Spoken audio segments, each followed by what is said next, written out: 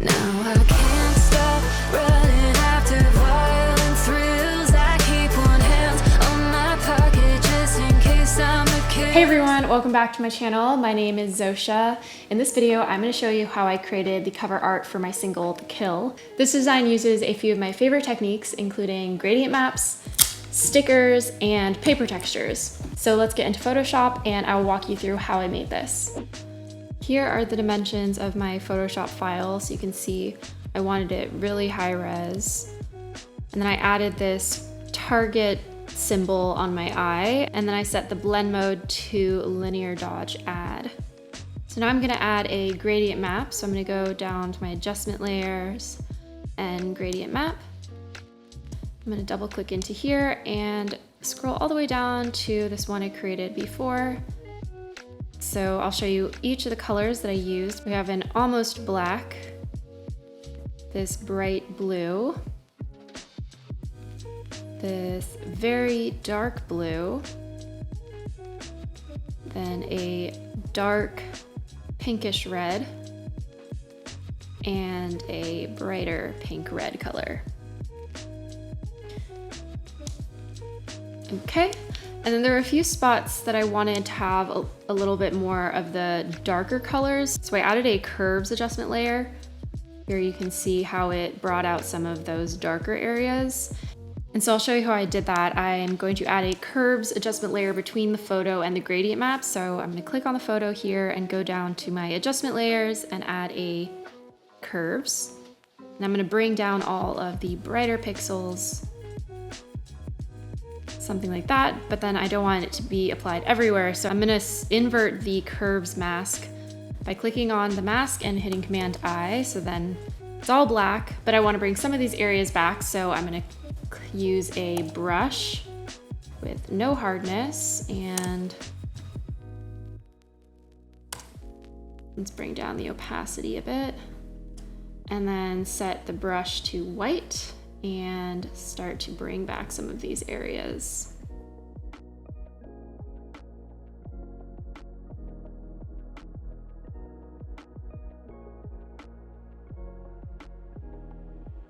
So next I'm gonna add the sticker, which is where I have the song name and my artist name. And to do that, I bought this pack of labels, and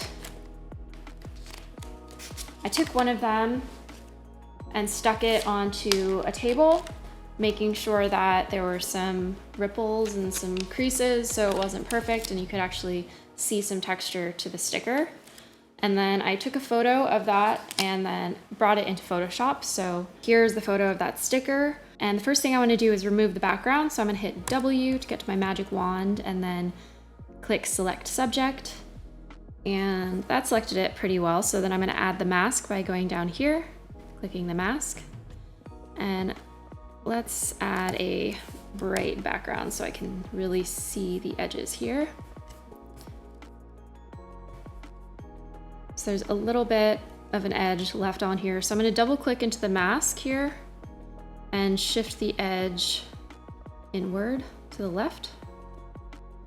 That helped a bit. There's still a little bit here that I need to remove. So I'm going to still have the mask selected. I'm going to use a brush with 100% hardness and make sure it is black. Let's bring my opacity up to 100% and paint off these little bits that are left on the edge.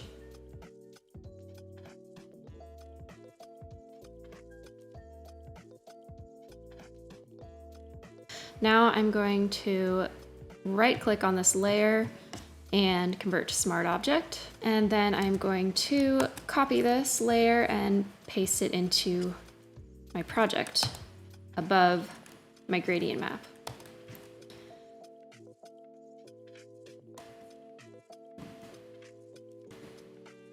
Okay, let's first make sure that it's relatively straight. So let's bring in some lines it needs to be straightened out just a little bit. So I'm gonna hit Command T, right click, and then just distort, and let's get those to line up a little bit better.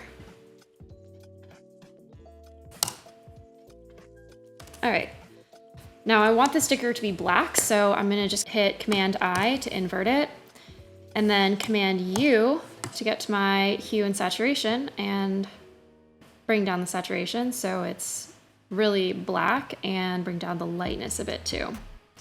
Okay, now I'm gonna add the song title here.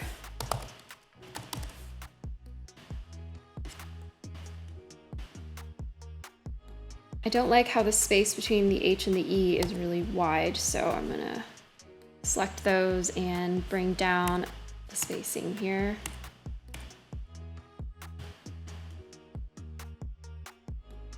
Maybe in between the I and the L too a little bit. But then now the L's are too close, so I'll bring that back to 0 here. That looks pretty good. So now I'm going to add the artist name here.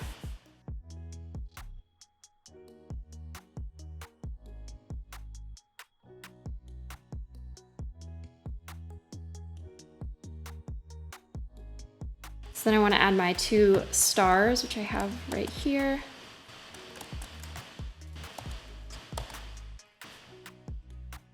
And I'm going to double click into this layer and color overlay to make it white. And then hold Option and drag it to make the second one. Then I will add the bullet, which I have over here. Copy and paste. And then again, double click and color overlay to make it white. And then I'm going to add a line between the bullet and Zosia, so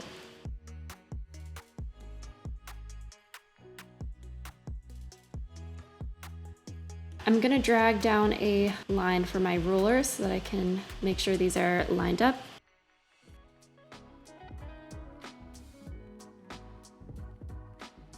So the sticker is not quite the right size, so I'm going to make it a little bit shorter. Just like that, so it fits a little bit more evenly around. Now I'm gonna select all of the elements that are on the sticker and group them together. So hit Command G to group them, and then duplicate the group by hitting Command J, and then convert this one to a smart object by right click, convert to smart object, and that will merge them all into one layer. And I want to make it look like this is all actually printed on the sticker, so I'm going to double click on this layer, and I want to move this slider down here to the right, but I just want to move the half of this slider, so I'm going to hold Option and drag this side over until you start to see some of the black from underneath showing through.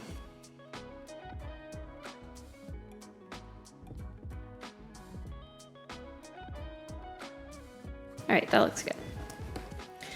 Okay, and then I will grab all of the sticker layers and move them to around here. All right, the last step is to add a few layers of texture on top to give this a distressed paper look. So first I'm gonna add a layer of grain. So I'm gonna, on top of everything, add a new layer, and I'm gonna select the color 808080, fill this layer. I'm gonna right click and turn it to convert to smart object, change the blend mode to overlay, and then I'm gonna go up to filter, noise, and add noise. And I want to add quite a bit of noise to this, so like that's pretty good. Now I'm gonna add a couple of paper textures on top. If you wanna learn about creating your own textures, be sure to watch my video about how to create custom textures. So here is the first one. I'm gonna set it to screen and turn down the opacity a bit. And then I added this second one. This one was a little bit too bright, so I adjusted the levels just to darken it up a little bit. Then I also set this to screen and brought down the opacity. And there you have it. That is how I created my cover art. Thank you for watching. I hope you enjoyed this cover art process video. I will leave links to listen to this song and watch the lyric video below. Be sure to subscribe to the channel if you haven't already, and I'll see you in the next video.